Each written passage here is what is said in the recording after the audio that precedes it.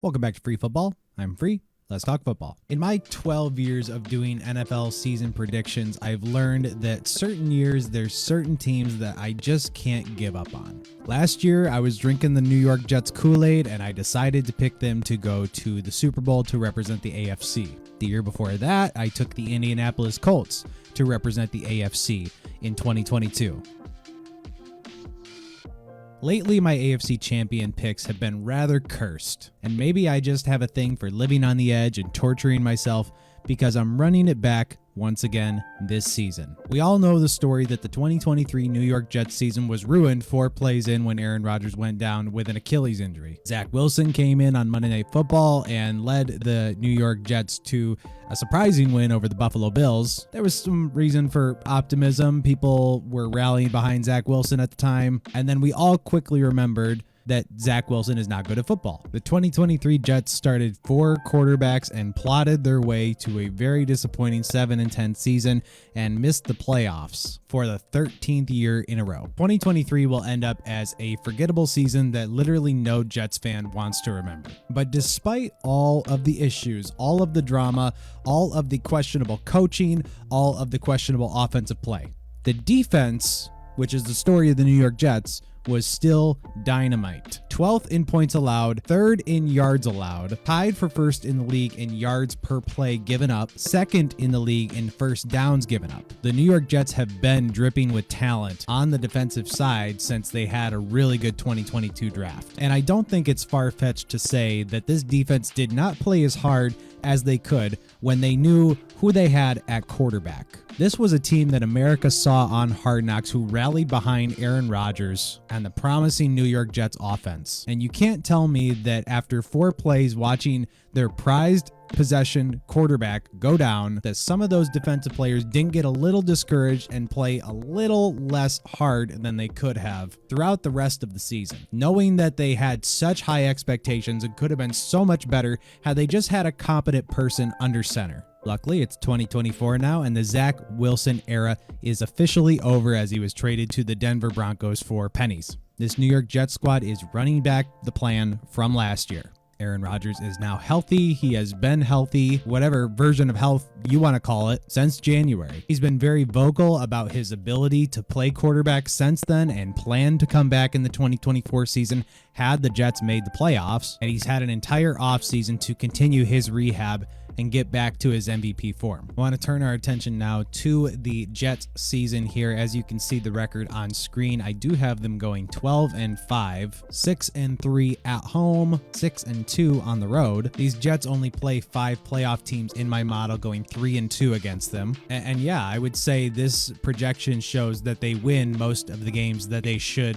be winning. They end up with a 12-5 record and the number 2 seed in the AFC in my projections. It does feel scary believing in a team that is a meme around the NFL, but the Jets are highly motivated. Their entire staff is on the hot seat because they made 0 changes from a horrible, disappointing season last year. They know they have to deliver this year, otherwise they're all fired. I mean, I would not be surprised if with a disappointing season, Woody Johnson just cleans house and says bye to everybody. Goodbye GM Joe Douglas. Goodbye head coach Bob Saleh. Goodbye Nathaniel Hackett. Goodbye Jeff Ulbrich. This team is going to be led by one of the best spiteful players in NFL history in Aaron Rodgers. The minute you've ever turned your back on Aaron Rodgers or said he's not good enough or given him a reason to show you that he's still the player that he is, he always delivers, at least in the regular season. In the backfield, the Jets have who I think is one of the best running back prospects to come out of college in the last decade in Breece Hall. P.S. The price on Breece Hall for Offensive Player of the Year,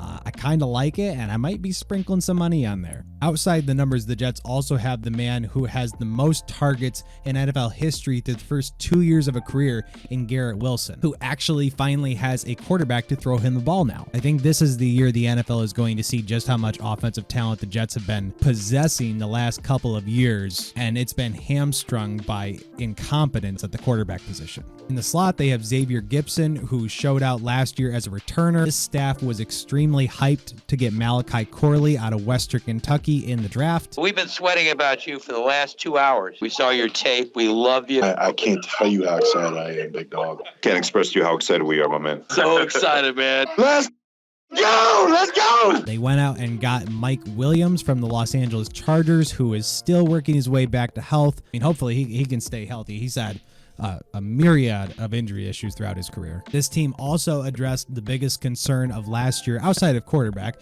which was the offensive line. Elijah Vera-Tucker, their best offensive lineman, back and healthy. They signed John Simpson from the Baltimore Ravens. They traded for Morgan Moses from the Baltimore Ravens. And they also went out and signed old man Tyron Smith from the Dallas Cowboys, still doing his thing at left tackle at age 33. The biggest question mark around this team is the looming contract situation, or lack thereof, of Hassan Reddick. And it definitely is concerning that 3 weeks after Hassan Reddick requested trade, there is still zero news about a new contract in place for him, or a resolution, or anything. They obviously have a great pass rusher in Jermaine Johnson. They drafted Will McDonald in the first round last year. Theoretically, they could piece it together in the pass rush situation without Hassan Reddick. And there's been talks recently and rumors recently that Hassan Reddick could be on the move and the Jets could actually trade him. And again, I have them going 12-5, but this is football malpractice, honestly. For a team to trade for a guy and give up assets when they know he wants a new contract, and then to get upset at him when he doesn't report for camp because they didn't give him a new contract, I just don't get it. Like, Joe Douglas is easily fired out of anybody here. If they don't make the playoffs or a first round exit, or if anything goes wrong, Douglas will be the fall man, especially if Hassan Reddick doesn't suit up or ends up getting traded. Has to be one of the biggest offseason blunders I've ever seen if that's the case. So yes, there's definitely some trepidation in taking this squad to go 12-5, and I do have them representing the AFC in the Super Bowl. Call me crazy, call me an Aaron Rodgers stan, call me a Garrett Wilson stan, call me a Breece Hall stan. Call me a stan for this defense that was tremendous with a horrible, horrible quarterback last year. Literally everything that could go wrong did go wrong for the New York Jets last year, and they still won 7 games with all the players they want back healthy. No hard knocks distractions, no insane media coverage like there was last year with the Jets, with probably some fatigue from media over talking about the Jets and Aaron Rodgers. This is kind of like a post-hype sleeper team for me. I think they'll take advantage of a relatively easy schedule. I think they'll win the games they should, and I think they'll surprise by winning some games that they shouldn't win. And yes, for the second year in a row, I do have them representing the AFC in the Super Bowl. This could come back to bite me hard, but I guess I just can't quit the Jets. But I do not have them winning the Super Bowl. And to find out who I do have winning the Super Bowl, you might want to hit that subscribe button and come back tomorrow. It's going to be a fun one. And that's all for free football. Take care.